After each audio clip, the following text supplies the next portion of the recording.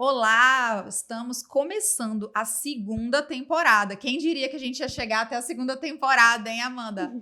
Vamos começar a nossa segunda temporada com uma convidada de peso super especial, que eu vou passar a palavra aqui para Amanda para ela apresentar para vocês. Eu quero primeiramente agradecer a Kelly por ter aceitado o nosso convite. Eu sei que a agenda dela é muito corrida. E é uma pessoa que eu super admiro como profissional no espaço. E eu tenho, assim, uma vez, eu vou até contar essa história, eu gosto de contar essa história. Ela estava fazendo uma sustentação oral e eu fiquei tão maravilhada com a forma que ela se portou. E quando ela desceu do púlpito, eu falei assim, eu quero ser igual você quando crescer. Gente, essa aí é a Kelly de Bitachi, advogada, especialista em direito civil e do trabalho, sócia do Jacó de Bitachi Advocacia e conselheira da seccional da OAB Pará. E ela vem trazer para a gente uma pauta muito, muito, muito importante, que é a questão do empoderamento feminino. É o posicionamento que a gente tem que ter, é o nosso fortalecimento. Kelly, prazer em te ter aqui. Gente, Ellen e Amanda, muito obrigada. Eu tô realmente muito honrada e lisonjeada por estar aqui, ocupando esse espaço. Sei do sucesso do podcast, do Fora do Script. Acabei de falar aqui com elas que eu já vi e ouvi várias vezes todos os episódios. Então, realmente, me sinto muito, muito honrada de estar no meio desses profissionais de escola que estiveram aqui ocupando essa mesma cadeira. E espero que a gente tenha um papo aí muito legal, que eu possa contribuir, que a gente possa fazer uma troca muito interessante aí sobre o tema de hoje. Nossa, Kelly, eu tô muito feliz. Acho que hoje vai ser, assim, uma mulher advogada no nosso podcast. Tô muito feliz de verdade de começar a segunda temporada com você aqui com a gente. E aí eu queria saber, né? A gente sabe que hoje tem uma carência no que tange justamente em mulheres em cargos de poder e liderança. A gente vem galgando ao longo dos anos, mas a gente ainda pode alcançar muito mais. Na sua visão, quais são os maiores desafios que as mulheres enfrentam ao tentar conquistar esses espaços na advocacia? Bom, essa história toda que envolve a falta, né, a deficiência de mulheres nesse espaço de poder, ela é um reflexo da sociedade como um todo. Né? Porque se a gente for ver do ponto de vista político, a gente também vê poucas mulheres. Por exemplo, na nossa cidade, nós nunca tivemos uma prefeita. Né? Tivemos uma vez uma governadora, no próprio país mesmo tivemos uma mulher presidente, então, e isso acaba se refletindo em todos os outros lugares, em todos os outros espaços de poder e liderança, inclusive a advocacia. E quando a gente vê hoje o cenário da OAB, por exemplo, a gente vê que as mulheres hoje, inclusive, estão em maioria, nós somos maioria da classe. Né? A feminização da advocacia ela já acontece desde a década de 80, porém, a gente ainda vê que o reflexo, o imaginário popular da advocacia ainda é um homem branco engravatado. Então, e aí o que falta, né? Por que as mulheres não querem estar nesse espaço? Será que é porque a gente não quer estar nesse espaço? Será que a gente não quer ocupar esses lugares? Claro que a gente quer. Mas só a partir da última gestão é que a gente teve, por exemplo, um movimento de paridade, onde metade, isso eu tô falando da OAB, claro, só que metade da diretoria, metade dos conselheiros, de modo geral, são mulheres. Antes disso, era um número inexpressivo. E aí a pergunta que fica, né? Será que essas mulheres não queriam estar ali? Não, gente. Ou será que de fato não estão deixando que elas alcancem, exatamente, né? Exatamente. Será que nós somos ouvidas? Será que nós somos bem-vindas nesses espaços? Será que nós somos acolhidas nesses espaços? Nós somos respeitadas nesses espaços? Né? E isso, como eu falei, é um reflexo da sociedade como um todo. Não sei se vocês já leram aquele livro, Clube da Luta Feminista, que ele é um livro que é como se fosse um manual e é um manifesto também. Porque ele começa a falar sobre aqueles termos que são utilizados, o gaslight, né, o mansplaining, né, o interrupting, que eles são institutos que, de fato, eles estão em todos os lugares onde nós estamos. E toma conta da gente dentro da casa. Porque o que eu penso, tá? Só fazendo uma contextualização. A gente naturalizou. Parte da nossa involução no caso de a gente não conseguir ascender ou não evoluir em determinados espaços, é porque a gente naturaliza e a gente, às vezes, se minimiza e permite que aconteça, sabe? O assédio é algo que eu vejo que ainda é muito comum.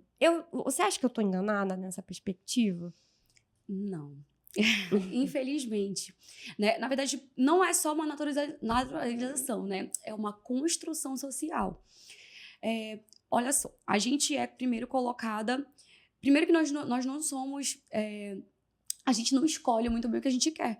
Né? Desde quando a mulher está grávida, existe o chá de revelação. E aí tem o azul do menino e o rosa da menina. Desde então já estão definindo quais são as cores daquela criança.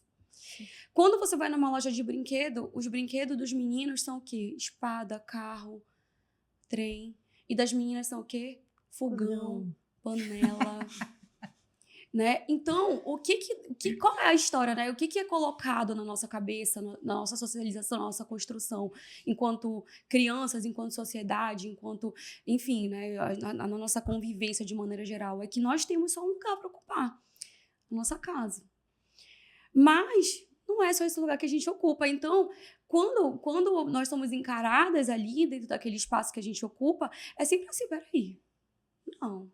Eles dão pitaco aqui, mas o teu lugar é lá na tua casa. Tu não entendes nada disso. Né? E aí o assédio, ele perpassa também por isso. E eu sempre digo isso, porque o assédio é algo que é muito caro para mim, porque eu acho que falar sobre isso, né? Porque a gente torna ele real. O assédio, ele é sempre colocado debaixo do tapete, porque as pessoas não querem que ele exista. Aliás, querem que ele exista no exercício dele, mas não querem que ele exista sendo dito, sendo falado, sendo discutido, porque não querem que ele seja combatido. O assédio nada mais é do que um exercício de poder, do que uma tentativa de exercício de poder. E ele está, sim, muito presente em qualquer ambiente, seja de trabalho, seja dos locais que a gente frequenta, mas eu acho que no trabalho ele se torna mais grave, porque o trabalho é onde a gente busca a nossa fonte de sustento, né? No início da gestão da OAB agora, em 2019, foi lançado um programa OAB Sem Assédio, né? Advocacia Sem Assédio. E aí foi feito todo um estudo para que esse programa fosse lançado, né? Para que essa campanha, que é uma campanha permanente, fosse lançada. E nesse estudo, um dos estudos observou o seguinte: a American Bar Association, que é uma associação norte-americana, fez um estudo entre as carreiras jurídicas e observou que as mulheres, 2/3 das mulheres nas carreiras jurídicas já sofreu algum tipo de assédio. E aí a gente pode pensar, não, mas isso está acontecendo lá nos Estados Unidos. Mas aconteceu recentemente isso aqui na OAB mesmo. A gente teve uma reunião da Comissão das Mulheres Advogadas e foi a primeira reunião. Quando houve a composição daquela comissão, houve uma pergunta. Tinham 20 mulheres ali naquele espaço. O que você está fazendo aqui? O que te levou? O que te trouxe até aqui? Por que você está querendo compor essa comissão? E todas elas fizeram um relato de assédio. Todas. Então, a gente não pode falar do assédio como algo do passado, como algo longe, distante. Ele está bem aqui pertinho. É como as violências, de maneira geral, contra as mulheres, né? Você sempre conhece uma mulher que já sofreu violência doméstica, violência de gênero, de alguma forma. Mas dificilmente você conhece alguém que assume que já foi o agressor. E o assédio é a mesma coisa. Antes da gente iniciar, vocês estavam tendo um diálogo que eu achei super interessante, que eu achava interessante falar aqui também. A questão do assédio velado. Muitas vezes a gente é submetida a situações de assédio e a gente não faz ideia de que está passando por assédio. Eu acho que vai nesse campo da naturalização que ela falou. Eu diversas vezes devo ter sofrido assédio e achei natural. Recentemente eu fui vítima de assédio e eu achei natural. E eu achei criancice, sabe? Algo que... E a Amanda me apontou, ela disse, não, isso é assédio. Então, esse assédio velado e não falar sobre isso é o que leva a gente a não entender o que está acontecendo. E ontem eu mandei um vídeo para ela sobre gaslight, que eu também não sou muito familiarizada. E eu falei, cara, é isso. Você, muitas vezes, e muitas mulheres devem assistir e pensar assim, quero saber a tua opinião. começam a se culpar, a se questionar. Será que eu fiz? Será que isso que está sendo dito eu realmente fiz? Né? Será que essa história que está sendo contada foi a história real? Porque eu não me lembro dela assim, mas vai que é, né? Porque a pessoa conta e essa história vai sendo reproduzida por outras pessoas e chega em você e fala, cara, será que foi assim? Então a gente começa a se sentir verdadeiramente inserido nesse contexto. Isso é algo realmente sobre essa questão que você falou. Como é que a gente levanta isso, sabe? Como é que essas pautas são levantadas? Porque às vezes quando a gente se defende? Como é que a gente se defende? É isso. Muito obrigada. Eu não sabia É porque eu sei que tu tem essa dificuldade de se defender. Eu percebi em ti uma necessidade de socorro. Como que a gente se socorre? Bom, eu acho que o primeiro ponto que a gente tem que entender é que a luta contra o assédio, assim como qualquer outra violência, ela é uma luta coletiva. Né? Então, nós temos que nos cercar dos cuidados, mas o primeiro ponto é a conscientização. Antes da gente buscar combatê-lo, a gente precisa saber o que está acontecendo. Né? E como tu falaste, bom, tava acontecendo comigo e eu não identifiquei. Mas é por isso que as pessoas tendem a esconder ele embaixo do tapete. Porque não querem que isso seja identificado. Como é naturalizado, né? Você vai com uma roupa mais bonita ali pro trabalho. Nossa, você tá muito bonita. Nossa, seu cabelo tá muito bonito. Nossa... Né? Sempre há um comentário sobre os nossos corpos. Mas isso não acontece com homens, gente. Então, por que isso acontece com a gente o tempo inteiro? Né? A gente não pode naturalizar. E eu acho que, assim, uma forma da gente se defender é a gente mudar o lugar do constrangimento. Foi o que eu te falei ontem, numa conversa. Mudar o lugar do... Não entendi direito. Você pode repetir? Não entendi. Você pode falar? Não, olha, você tá bem equivocado. Não é muito bem assim que acontece. Né? Assim, os episódios de assédio que eu sofria, porque eu entendo o seguinte, como eu falei a vocês, o assédio ele vai sempre ficando cada vez mais sofisticado, né? E ele é caracterizado não só por ações, às vezes por omissões. Né? Às vezes, essa questão do velado, essa questão do discreto, geralmente são microviolências que vão acontecendo ali, que depois vai se desenvolvendo e se transformando num grande monstro ali. E ele vai sempre quando ele está implementado, inserido em um ambiente organizacional, ele vai se espalhando. Né? Ele é um vírus mesmo. Né? E aí, às vezes, que isso aconteceu propriamente comigo, eu também demorei a identificar. E a forma de combater sempre foi devolvendo o constrangimento. Opa, peraí, aqui não, peraí. E é se impondo mesmo, sabe? A gente precisa demonstrar uma autoridade. Mas a gente também não pode se cobrar quando a gente não tem reação, porque nós somos vítimas. E a vítima merece ser acolhida e não julgada. Né? Eu acho que a gente também... Por isso que eu falo que isso é uma questão coletiva, porque às vezes a gente vê acontecendo ali do nosso lado, a gente não faz nada porque, ela sabe o que tá fazendo, ela tá provocando, né?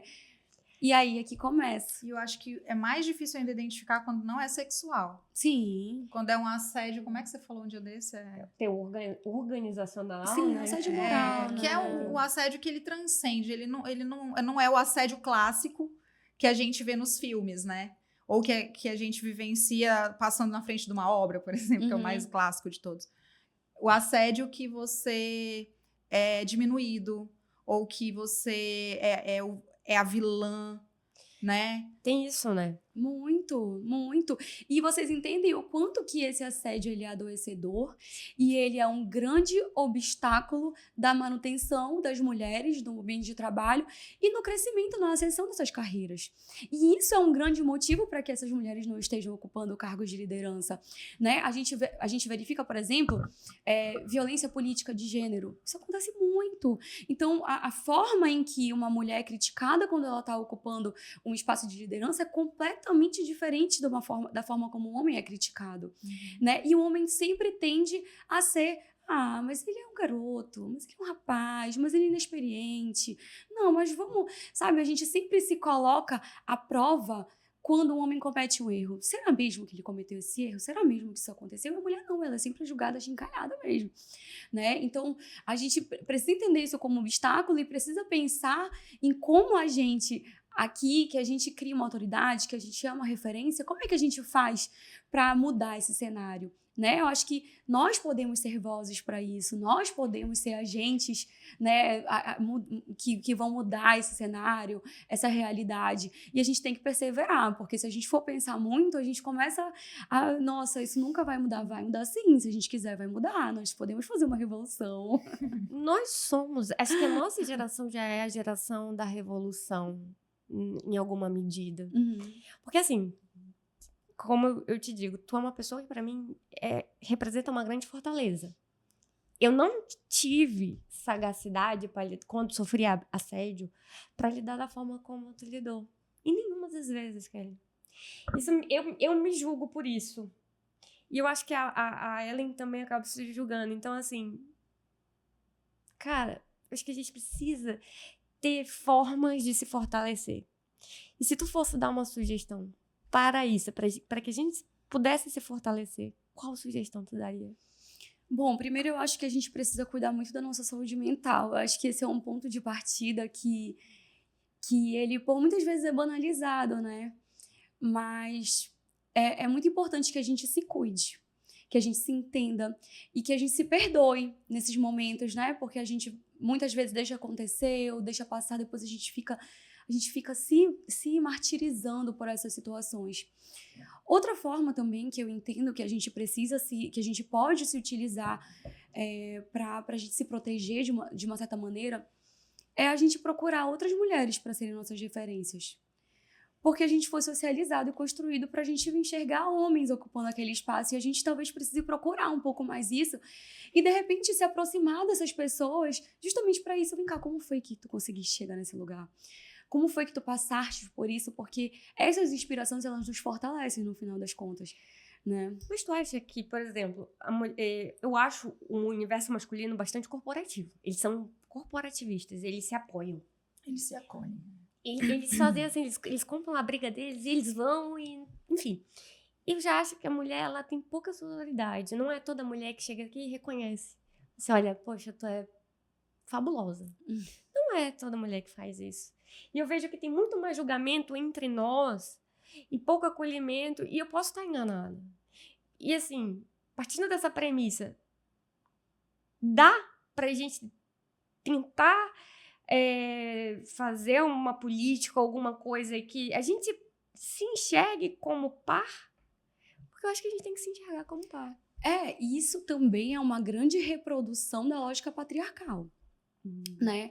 Porque, veja, eu sou uma mulher feminista, eu me auto-intitulo dessa maneira, né? E o feminismo, ele vem, não é para combater o crescimento de homens, pelo contrário, é para estimular o empoderamento das mulheres, é para estimular a emancipação de mulheres, né? Porque a gente foi educada e socializada para estar debaixo do manto desses homens. E a gente precisa sair desse espaço para que a gente consiga criar e escrever e ser protagonista da nossa própria história, né? E aí a reprodução dessa rivalidade feminina, que é muito falada, ela, na verdade, é uma decorrência dessa lógica patriarcal. Por quê? Porque se a gente se juntar, a gente acaba com eles.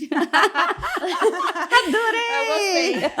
Não é verdade? Então, claro que para eles não vão querer que a gente se una. Pelo contrário, eles querem criar uma rivalidade, né? Qual é a lógica? A lógica é a seguinte: chega uma mulher ali, você vê ela linda, maravilhosa, inteligente, uma mulher incrível, uma mulher bonita, você vai olhar assim, nossa, tá gorda.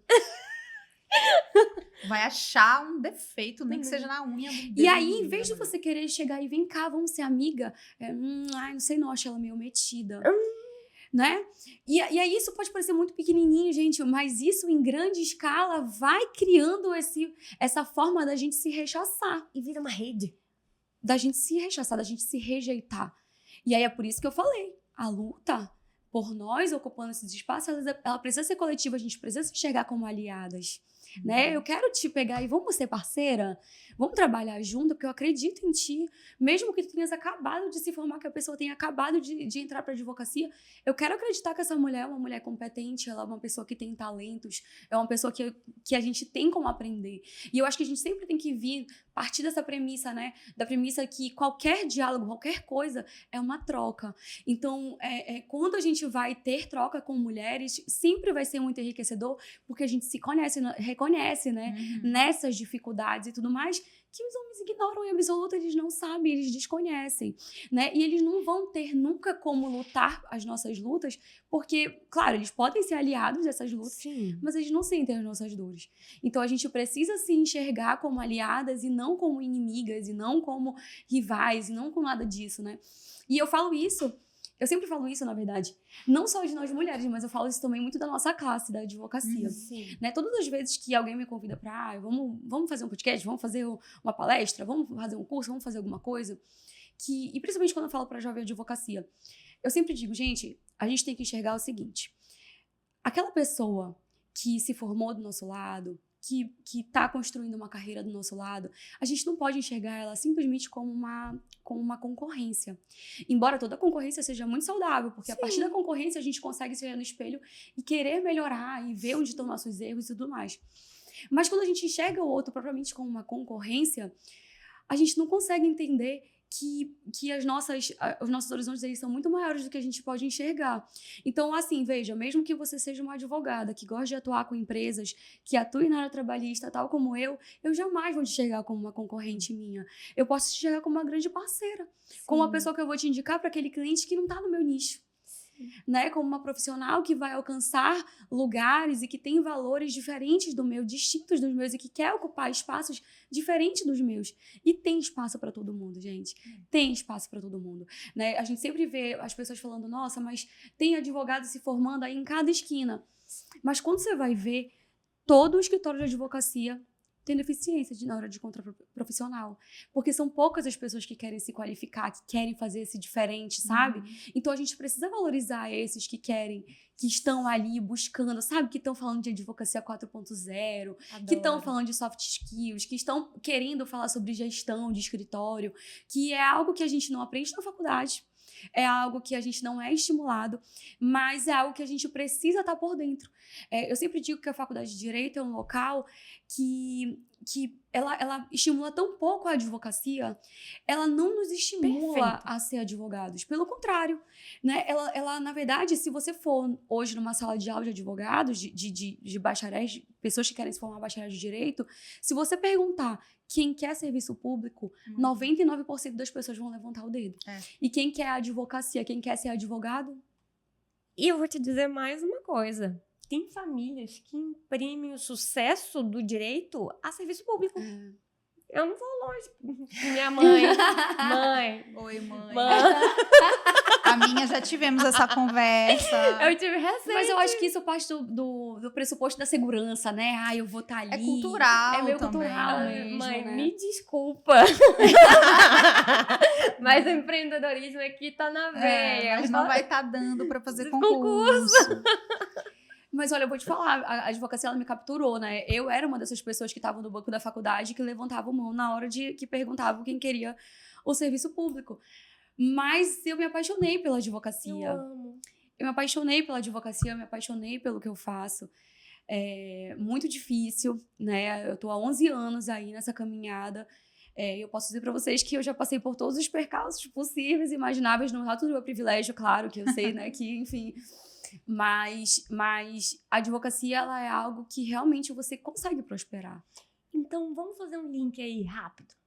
Quais foram os principais obstáculos que você enfrentou, assim, dentro da sua carreira?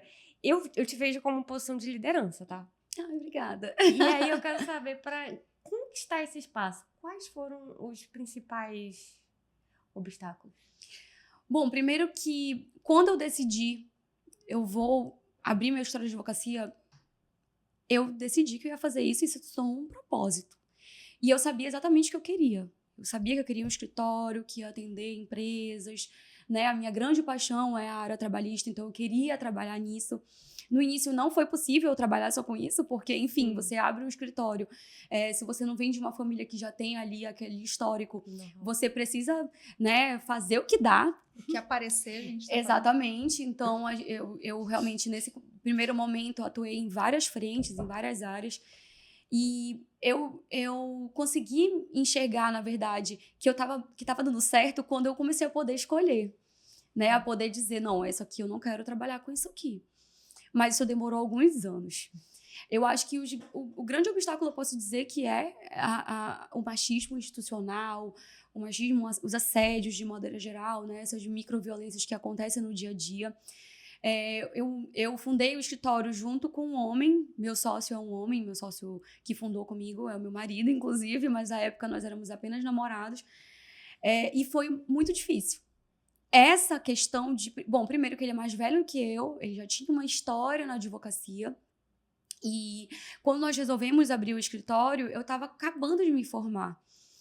Mas eu sempre fui assim, eu sempre fui muito estudiosa. Decidida também. Muito, muito determinada. E, principalmente, eu sempre quis, bom, se eu sou muito jovem, né, e as pessoas tendem a não me respeitar, então eu vou me fazer ser respeitada da seguinte maneira. Eu vou fechar a minha cara e as pessoas não vão sentir que elas têm abertura para fazer qualquer tipo de brincadeira comigo. Tu investiu aquela que a gente chama de energia masculina? Sim, e isso acaba sendo, né, uma estratégia para que você possa ser respeitado. Isso é muito ruim, né? Isso é triste até. Te chamavam de sisuda? Sim, Me chamavam de sisuda. doutor. Assim, eu sempre tratei todo mundo muito bem, mas fechava a cara e acabou, e ninguém ia dar essa abertura. Aí vem Mas, aquela antipática. Aí vem antipática, metida, braba. sisuda, E aí, eu lembro, assim, que uma das coisas que mais me frustrava era assim, todas as vezes que eu ia ocupar um lugar, que eu tenho uma reunião, eu tenho uma audiência, eu passava muitas horas me preparando para aquilo. Então, eu lembro da minha primeira audiência, antes de eu ir para minha primeira audiência, eu fazia minha primeira audiência, eu fiquei vários dias indo na justiça para assistir as audiências, para saber como advogados se comportavam, onde o lugar certo da mesa para sentar. E tudo isso para eu não ir lá e fazer feio, né? Para ninguém pensar, nossa, uma advogada recém-formada, muito embora eu fosse recém-formada. Mas o que me incomodava muito? Incomodava o fato de que eu podia estar super preparada, eu poderia dominar aquele assunto, mas se o meu sócio estivesse do meu lado, era para ele que as pessoas se reportavam. Eu falava tudo, eu explicava tudo, eu dominava aquele assunto, mas falava, doutor Felipe, mas eu quero saber tal coisa. Ou então o olhar era direcionado para ele. E eu tava ali de escanteio como se eu fosse apenas um acessório, como se eu fosse a assistente dele que tava ali. E, na verdade, não, nós somos sócios de igual para igual, né? Claro que ele tem uma experiência nossa, isso contribuiu muito para o nosso negócio, mas eu acho que isso não pode ser ignorado também, o fato de que tem uma outra profissional ali, que também está qualificada, que também está capacitada para estar ali, para fazer aquele trabalho, para desenvolver aquela questão. E eu entendo que isso foi um grande desafio. Os assédios, de maneira geral, eles foram isso, né? Como realmente eu tentava me blindar daquilo, eles sempre foram muito sutis, só que não deixavam de ser violentos da mesma maneira. Maltrata. Maltrata muito. E eu entendo que isso até hoje é um grande obstáculo. Pra às vezes, sabe aquela história de, nossa, será que eu consigo fazer aquilo? Você acha que essa... Porque acaba sendo uma síndrome da impostora, né? Você acha que essa síndrome da impostora, ela é colocada na gente também por essas questões? Sim, né? Você acha que a gente vem de berço com essa síndrome? Na verdade, é a história disso, né? De que a gente não é bem-vinda nos espaços.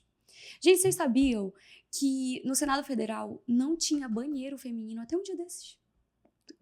Sério? Tá? Tem uns 5 anos que tem banheiro feminino dentro do Senado Federal. Tá? Eu tô sem então, palavras. isso mostra que nós não somos bem-vindas. Né? Isso mostra que quando a gente fala... Bom, primeiro que a gente tem uma questão, né? Nós mulheres, a gente geralmente só vai ali, bom, eu só vou falar quando eu tiver certeza daquela questão. Vamos pensar assim, num espaço como uma reunião que vocês estão fazendo aqui, que tem várias pessoas, eu só vou levantar a minha palavra, eu só vou pedir a palavra se eu tiver muita certeza ou se aquilo for muito pertinente. Mas os homens não fazem isso, eles se sentem à vontade para falar, eles têm, sabe, a autoconfiança do homem, né? Sabe, a autoestima, na verdade, é porque eles foram socializados para ocupar esses espaços e a gente não. Então a gente tem medo de ser ridicularizada, de fazer uma pergunta boba, ou de falar alguma coisa sem ter domínio. E, na verdade, nós temos o domínio, nós, inclusive, mulheres, nós somos as pessoas que têm maior capacitação, maior qualificação profissional, nós que estamos na pós-graduação em massa. Então, a gente pode, sim, estar ocupando aquele lugar, né? E aí, essa questão da síndrome da impostora é muito curioso, porque ela nos acompanha, né? Ela nos acompanha em qualquer lugar que a gente vá participar. E aí, tu contaste o exemplo lá da sustentação oral, e eu lembro que nesse dia eu fui fazer essa sustentação oral e, bom, fiz o que eu tinha que fazer pelo meu cliente. Sim. E no final das contas não foi positivo o resultado, né? E eu saí de lá pensando, nossa, foi uma bobagem, nossa, foi péssima. E aí quando eu saí, eu dei de cara contigo, me falando, Kelly, nossa, foi ótimo. E aí nessa hora eu me dei conta do quanto que, de repente, eu tava diminuindo o meu próprio trabalho por conta de situações que nada tem a ver comigo. Né? Eu tenho certeza que eu fiz o meu melhor e que eu empreguei a melhor técnica para o meu cliente, mas o resultado ele não depende só de mim, né? E aí esse é um grande exemplo do quanto que a gente pode se estimular umas às outras, da gente se enxergar como alguém, né, melhor, como acreditar mesmo na nossa capacidade, na nossa possibilidade de ocupar esses locais, né? Hoje eu sou conselheira seccional da OAB e aquele espaço que era um espaço majoritariamente masculino, é muito comum de acontecer assim, nas sessões, o homem vai lá e ele faz um voto. E ele faz um voto excelente, tecnicamente e tudo mais, e os outros homens ficam só repetindo a mesma coisa. Vários momentos. Ou então eles ficam só elogiando os votos uns dos outros. E isso não acontece só ali, tá? Isso acontece em qualquer espaço. Mas as mulheres não, mesmo que estejam em mesmo número, elas só levantam a palavra, só pedem a palavra quando for algo muito pertinente, ou mesmo pedem a palavra, não, já me senti contemplada pela fala daquele ali. Mas não, a gente tem que falar mesmo. Vamos repetir tudo de novo. Vamos elogiar o voto da colega. Vamos dizer que ela foi maravilhosa, que ela foi perfeita naquele posicionamento. Vamos nos exaltar umas às outras, porque isso faz com que a gente se sinta à vontade naquele lugar. É verdade. A vontade é acolhida, né? Exatamente. Eu sempre comento isso com meu marido, né? Porque ele não é empreendedor e eu sou. E ele me apoia incondicionalmente. Eu sou fã do Arthur. Arthur! Arthur, investidor anjo. E aí, o que acontece? E eu sempre questiono isso com ele. É complicado para mim, como mulher, ocupar alguns espaços, ainda mais no mundo corporativo, que a minha advocacia também é para empresas. Então, é complicado você estar concorrendo com um cara, né? Um advogado ali, às vezes, bom ou ruim, não vem ao caso. O fato é que, muitas vezes, você já entra com um ponto a menos. E ele sempre dizia assim, não, isso é doidice da tua cabeça, é mimimi, aquela coisa toda. Tá bom. Vai. Um belo dia ele saiu e ele fez um networking completamente despretensioso. Quando ele volta, ele falou, amor, você tem razão. Você tem razão porque eu vejo o teu empenho, você está em todos os lugares, está falando com todas as pessoas e a tua luta é muito grande. Eu fui cortar o cabelo e eu fiz um networking absurdo. Ali eu tinha empresários, isso, me acolheram, me pediram Instagram, perguntaram o que eu faço e se eu tivesse o que vender, eu tinha vendido para eles. Então, num ambiente feminino, é difícil construir esse networking que ele construiu a partir de uma cerveja e um corte de cabelo. Então, como é que a gente pode estimular que isso aconteça? Tem comunidades femininas e tudo mais por aí, mas que ainda não está nesse tom. Eu acho que a gente pode se ajudar mais, inclusive entre nós, advogadas. Quando eu vejo uma advogada como você, eu fico, meu Deus, tem. Obrigada. A gente Tem como. Tem, como gente. faz? É porque é isso, né? Como nós não... Eu dei esse exemplo do conselho para vocês, mas eu já participei de várias reuniões, inclusive com membros de Estado, etc e tal, que sempre era essa posição das mulheres, né? Porque, bom, a gente se sente acuada de falar ali, de alguma maneira ser ridicularizada, alguma coisa nesse sentido. E isso também se reflete na questão da rivalidade feminina, né? Então, você chega num salão de beleza, você não acha aquele lugar ali um local apropriado para você falar de negócios, mas será que a gente foi socializada para falar de negócios? É porque a gente tem outras preocupações, por exemplo, filho, casa, tem isso que acaba... É aquela história, né? Quando uma mulher tem um filho, a vida dela muda completamente. Quando o homem tem um filho, não muda nada. A rotina dele não muda em absolutamente nada. Talvez ele possa acordar de madrugada ali, mas muda muita coisa, né? Então, o que a gente precisa fazer? A gente precisa criar essas comunidades. Vamos criar um negócio, uma confraria, né? Um momento que seja adequado. Vamos ocupar esses espaços, sabe? Essas feiras de empreendedorismo. Vamos estudar, vamos falar sobre empreendedorismo, porque a gente começa a estimular. Até porque, gente, é até errado a gente dizer que as mulheres não empreendem. Porque quando a gente fala do mercado de trabalho, o que é dito, o que é observado pelas pesquisas? Tem uma pesquisa da FGV que fala isso. que ela fala o seguinte, que as mulheres 2 anos depois que elas têm bebê, elas são evadidas, elas evadem dos locais de trabalho, porque esses locais de trabalho não se tornam locais, ambientes que elas se sentem seguras, onde há segurança psicológica suficiente para ela se manter ali, mesmo com essa diversidade, digamos assim, que é o filho que jamais deveria ser, afinal de contas, filhos existem desde que o mundo é mundo. Sim. Né? O estudo da FGV foi nesse sentido. Então, 2 anos depois, elas se evadem. Então, o que isso significa dizer? Significa que, se a gente for comparar com os estudos que falam que hoje grande parte das famílias são lideradas por mulheres, a gente entende que as chefes de família estão aonde? Na informalidade. Mas o que informalidade é essa? Nada mais é do que um empreendedorismo, né? Ela tá ali vendendo um bolo de pote, ela tá ali numa barraca de camelô, ela tá ali vendendo brigadeiro nos bares, ela tá fazendo alguma coisa, né? Só que a gente precisa estimular que isso vire propriamente um negócio e não uma fonte de apenas subsistência, sobrevivência. Precisa ser um negócio. Né? Mas a gente precisa ser estimulado, a gente precisa ter políticas públicas voltadas nesse sentido, né? Mas a gente que está aqui, que não está ocupando esses espaços aí né, no poder legislativo, etc e tal, mas a gente ocupa, querendo ou não, um local de referência, nós somos autoridades naquilo que a gente está praticando no nosso dia a dia, vamos espalhar essa palavra. Eu espalho essa palavra. Sempre falo isso. Bom, aonde eu vou, eu falo sobre isso porque a gente precisa falar. Sim. A gente precisa verbalizar, a gente precisa colocar aqui, ainda que seja incômodo para alguns ouvidos ouvirem. É irretocável. Tudo isso. Eu tô aqui impactada. Eu vou te dizer que essa pauta mexe muito comigo. Com todas nós, né? De verdade. E veio num momento bem providencial, assim, sabe? Por todos os desafios que a gente vivencia. Tanto eu quanto a Ellen. E você também. E tantas mulheres aí que estão e todas as outras mulheres. E como conselheira, assim, da seccional, quando tu recebeu esse convite, o que tu sentiu? Bom, primeiro eu preciso dizer que eu não recebi convite. Eu fui lá me oferecer. Adorei! Dito, que legal! Tá? Porque, na verdade, eu já fazia parte do sistema há muito tempo, né? Eu trabalhava com as comissões e tudo mais, mas o meu sócio, ele é conselheiro, né? E, embora nós sejamos sócios, casados, a gente tenha toda essa história juntinha ali, mas nosso trabalho institucional, ele é completamente separado, ele tem um viés de atuação e o meu viés é completamente diferente do dele, muito embora, claro, sempre no mesmo grupo, sempre com as mesmas ideologias, com as mesmas ideias e tudo mais. E aí eu soube que ia ter uma vaga e que seria de mulheres. Então eu fui lá na porta do presidente. Presidente, é o seguinte, a minha história aqui dentro da instituição é essa, e eu queria uma chance para ocupar esse espaço. Talvez esse convite até viesse em algum momento.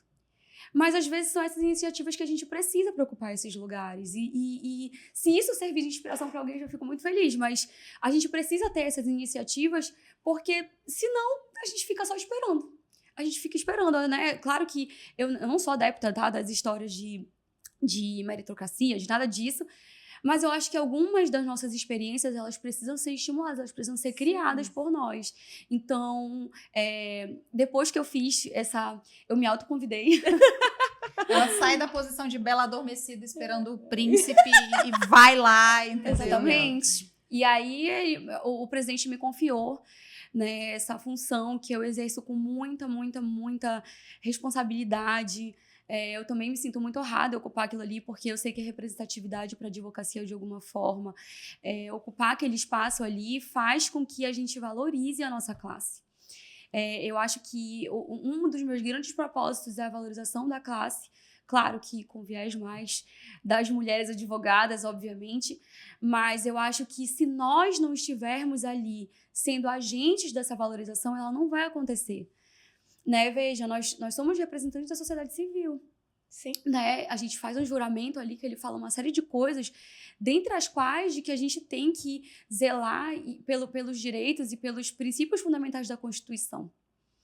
Então, nós não temos fins lucrativos na nossa atividade profissional, né? Claro que a gente tira dali nossa fonte de sustento, mas nosso propósito é a gente levar o direito para as pessoas. Então, a gente precisa realmente se entender dessa maneira, porque a gente tem muitas batalhas institucionais aí de várias formas eles tentarem criminalizar, né, a advocacia de alguma maneira. E a gente precisa se posicionar para mostrar, não, peraí. Eu tô aqui, na verdade, exercendo meu munus, que é levar o direito às pessoas, né, defender meu constituinte e tudo mais, porque, enfim, é esse nosso propósito, né? Eu tinha Legal. um professor que ele falava que o operador do direito, ele era um engenheiro social. Basicamente. Ele Que vai legal. construindo mesmo. Sim. Né? Eu tinha um Se professor tem que era com muito bacana. sociedade, Eu tinha umas normatização. pérolas na PUC ali, cara. Ah, Tinha um professor que ele falava 7 línguas, até latim. Eu nem entendia porque ele falava latim. ele não dormia. Muita Deve ser. insônia. Deve ser. Kelly, nessa perspectiva dessa questão de estar no espaço, ocupar os espaços e tudo mais, o que você diria para as jovens advogadas que estão aí entrando, que aspiram essa posição de liderar dentro das suas habilidades, da sua carreira, né?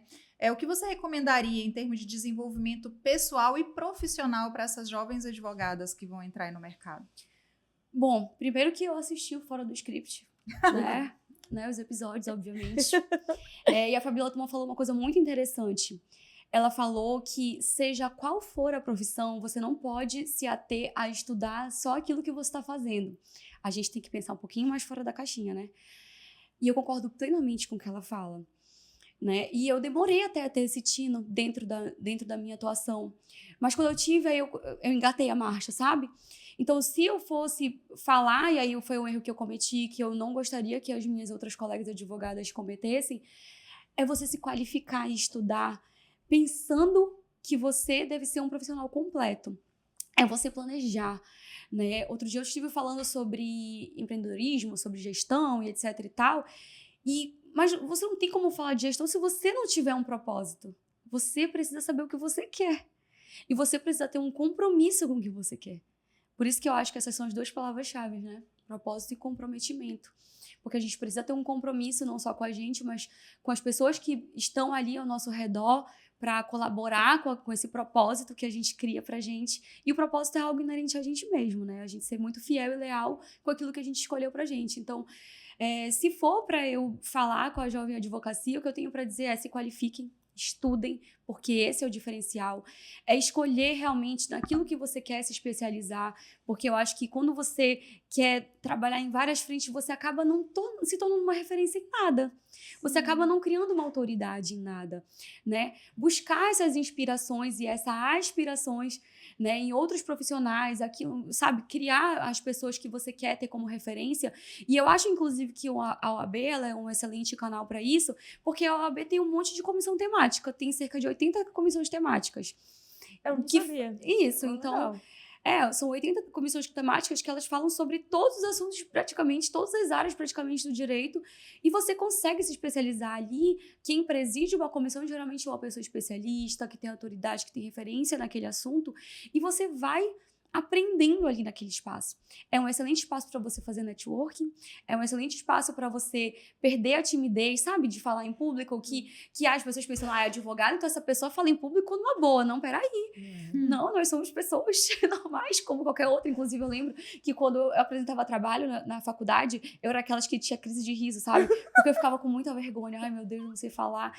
E ria, esquecia tudo que eu tinha para falar. Como Então, tu driblou esse aí foi na prática mesmo. Foi na raça. Aí foi. Eu tinha que ir só... Respira fundo e vai. Mas para quem tá começando, a OAB é um lugar que, pô, você vai fazer um evento ali, você vai falar. Sim. Você vai se relacionar com outras pessoas que têm aquela atuação profissional naquele espaço. Você vai conhecer as pessoas, você vai... Bom, me inspiro ali naquele advogado porque eu acho excelente a forma dele de atuar.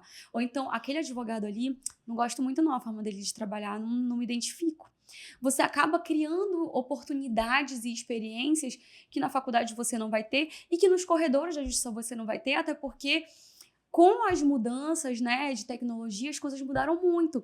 Então, eu lembro que eu conhecia a advocacia trabalhista nos corredores dos tribunais, né, dos fóruns.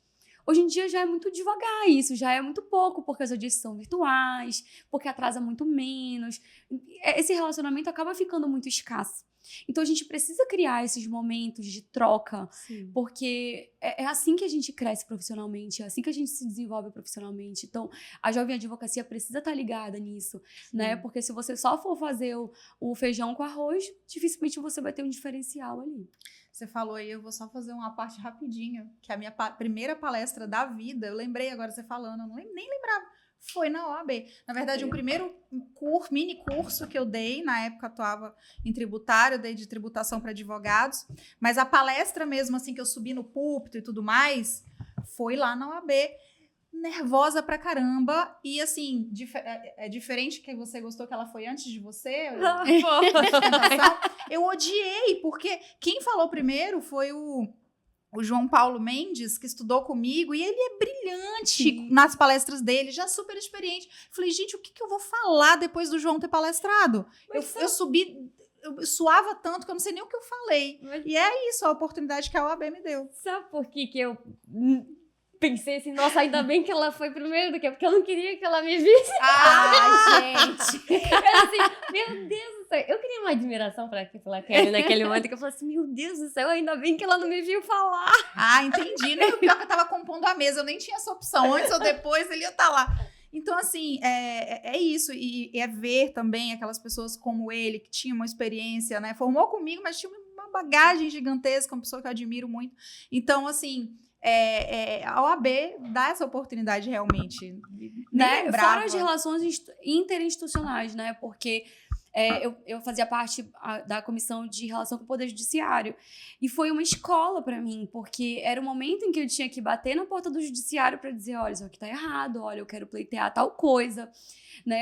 E aí você acaba criando relacionamento com aquelas pessoas, que, claro, vai ser muito importante institucionalmente, porque você vai estar pleiteando melhorias para a classe de alguma maneira, mas também eu vou ser reconhecida naquele espaço. Né? Todas as vezes que eu for bater na portinha daquele desembargador, daquele juiz, daquele promotor, de qualquer pessoa que seja, ele já vai lembrar, nossa, mas eu já conversei com a doutora Kelly, a gente já teve uma troca ali, eu sei que a forma de atuação dela é essa e tudo mais. Vai ter um respeito, vai ter uma abertura. Enfim, isso são coisas que a gente aprende no dia a dia, mas que se a gente não tivesse, de repente, esse caminho da OAB, talvez fosse um pouco mais difícil, um pouco mais longo aí esse caminho. Kelly, a gente tá caminhando agora pro final. No entanto, eu não quero deixar de fazer essa pergunta e a dinâmica que é totalmente fora do script.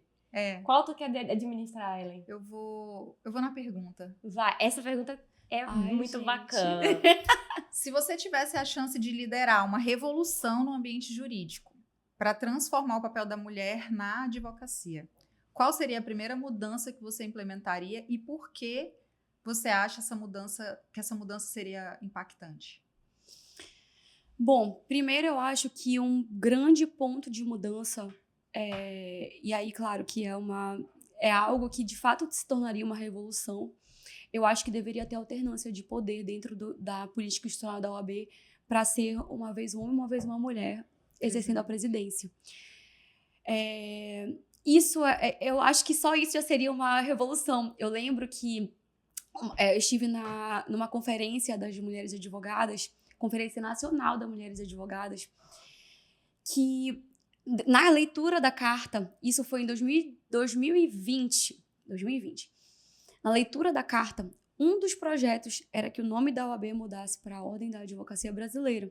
Porque quando você fala advogados, parece que você está contemplando só homens, ainda que isso seja uma regra linguística mesmo da língua portuguesa. Mas eu acho que isso seria uma revolução, porque aí sim a gente teria um olhar nosso ali naquele espaço, né? Aí sim a gente teria realmente uma representatividade verdadeira de nós ali naquele espaço. Mas, para além disso, eu acredito que nós mulheres, a gente precisa quebrar essa barreira da disputa. Perfeito. Isso é uma revolução que a gente precisa fazer e que só vai partir da gente. Porque... Veja, eu repito esse exemplo, né? Do você admirar uma mulher, falar para ela, verbalizar isso para ela. E às vezes, muitas das vezes isso acontece e você não verbaliza. Você esconde para você, ou quiçá, não vou falar para ela porque ela vai ficar se achando. Tem nem medo, né? eu falo. Mas isso acontece. Sim. A quebra dessa barreira, e aí essa barreira a gente sabe que é uma construção social, mas que a gente precisa desconstruir, ela vai nos levar a muitos lugares. Porque a gente precisa se unir, né, na luta Sim. coletiva. Né? Essa é uma revolução e uma bandeira que a gente precisa levantar para a gente ser, né, as protagonistas mesmo dessa história, da história das mulheres ocupando todos os espaços. Sejam eles de poder, sejam de liderança e por aí vai. Adorei! Fantástico. Eu vou te dar a oportunidade. Ai, Ah, meu você Deus. mesmo. Aqui tem de tudo um pouco. Tá, vamos lá. Aqui tem de tudo um pouco, inclusive Tem de é muito divertido. Tira aí uma pergunta que a gente vai fazer. Adoro! Ah. Teve algum momento que você pensou em desistir da advocacia? Não. Eu não. Como eu disse, depois que a advocacia me capturou, eu já não consegui mais deixá-la, né? E, na verdade, ela virou tanto assim meu propósito, né? Do que eu querer levar o meu escritório a ser aquilo que eu gostaria muito e tudo mais, que todos os projetos da minha vida estavam envolvendo aquilo, né? Então, todos os investimentos de valores mesmo, de tempo, de tudo, assim, abrindo mão de coisas pessoais, foi em prol desse propósito, né? Inclusive os planos de maternidade e tudo mais, isso sempre foi colocado de lado com esse propósito. Então, por mais que eu já tenha passado por muitas situações delicadas, muitas situações difíceis mesmo, mas eu nunca pensei em desistir. Claro que não é todo dia que nós estamos motivados, que a gente está estimulado, que a gente está com vontade. Tem dia, sim, que a gente tem vontade de ficar ali em posição fetal, embaixo do edredom, né? Pensando, ai, meu Deus. Mas é aquilo, né? Quando a gente é fiel com aquilo que a gente acredita, é difícil da gente desistir. Eu quero dizer que esse episódio, essa segunda temporada está sendo aberta com chave de ouro. Ai, gente. Eu tô impactada com você. Eu sempre, assim, te admirei, sempre te falei. E eu tô muito grata por você ter aceitado o nosso convite, Kelly. É fabuloso. Diga aí o que tu achou. Não, eu tô assim impactada realmente. Eu nunca tinha tido a oportunidade de estar com a Kelly ou conversar com ela, apesar de já conhecer o trabalho dela. E aí, assim, eu tô muito honrada realmente por você ter aceito o nosso convite, ter se disponibilizado. E é uma pessoa, é uma mulher que não tem medo das pautas polêmicas e conduz isso com uma elegância muito grande. Então, eu quero realmente te agradecer por você ser quem você é, por você ser quem você representa e dizer que a gente fica extremamente, eu vou falar até pela Amanda, porque eu já conheço, extremamente orgulhosa de te ver ocupando o cargo que você ocupa hoje na OAB. Isso faz com que a gente realmente... Eu me distanciei um pouco da OAB porque foi um período em que eu não concordei muito e talvez esse período em que eu estava lá não fosse o período que você estivesse. Era um período que não havia uma paridade de mulheres. Então, eu acabei me distanciando. E ver você lá realmente me orgulha enquanto advogada e me faz realmente acreditar numa advocacia feminina e respeitada. E unida. Ai, unida. Gente, eu tô emocionada. Obrigada. Na verdade, eu fiquei emocionada desde o convite, né? Porque é aquela história, a gente às vezes não se enxerga, né? A gente às vezes não acredita que a gente vai ter tanta coisa assim para contribuir. Eu tô muito, muito, muito lisonjeada de estar aqui. Eu amo o programa de vocês, desde o começo, desde que tu me falaste, eu sempre fui acompanhando os episódios, eu fico ouvindo no carro, gente. Quando eu tô indo para minhas audiências, para os meus compromissos, eu fico ouvindo. Mas também te assisti no YouTube. Acho fantástico também a iniciativa de vocês, de serem duas mulheres. Isso também, claro, que contribuiu para eu aceitar de pronto esse convite, porque eu acho que a gente precisa, sim, conversar. E conversar sobre nós, conversar sobre as nossas dificuldades, sobre as nossas conquistas, né, sobre os nossos sonhos. Muitas vezes eles são comuns. E a gente percebe que esse espaço e esse ambiente pode ser, inclusive, um lugar para a gente pensar em fazer negócios juntos, por que não? Eu adoro, né? A gente se enxergar como parceria, como alguém que, bom, olha, tem uma causa aqui interessante, posso passar para Ellen, posso passar para Amanda, né? Que é tão comum isso entre os homens, porque eles estão acostumados a fazer isso, mas a gente precisa se educar e se conscientizar para a gente fazer mais, né? Então, todas as vezes que eu vou pensar, eu vou firmar uma parceria aqui, sobre o direito penal, que eu não trabalho sobre isso, eu sempre vou pensar numa mulher antes de pensar num homem. Sim. Né? Porque eu quero que as mulheres também pensem em mim quando forem pensar numa advogada trabalhista, quando forem pensar numa empresa que queira, né, ter um suporte ali no escritório parecido com o da minha atuação. Então, falar disso aqui é muito leve para mim, porque realmente é do meu dia a dia. Eu agradeço muito, muito o convite de vocês, muito mesmo. Estou muito feliz. Vou mandar todo mundo assistir, todo mundo ouvir. Isso! Episódio da Kelly. Vamos lá, vamos levantar. E é isso, gente. Eu só tenho a desejar sucesso para vocês. Que essa segunda temporada seja tão maravilhosa quanto foi a primeira. Né? O que eu quero aprender muito aí também, o que vocês têm para colaborar, para trazer pra gente. Estou ansiosa para saber quem é que vai me acompanhar essa segunda temporada também, dentre os convidados e as convidadas. E é isso, o convite tá também. Quero dizer pra vocês que podem me convidar, que eu sempre vou estar aqui. Ei, já ia te falar isso. A porta tá sempre aberta pra ti. Pode me convidar. Já é parte do Fora do Script. Gente, a gente finaliza esse primeiro episódio da segunda temporada com muita alegria. Vamos aí engajar e hypar o nosso Fora do Script. Fazer o que todo mundo, os blogueiros falam, né? Curte, compartilha, comenta, vamos engajar, vamos levar essa mensagem cada vez mais longe, não só a nível Belém, mas também a nível Brasil, gente. Muito obrigada pela audiência de vocês hoje. Beijo!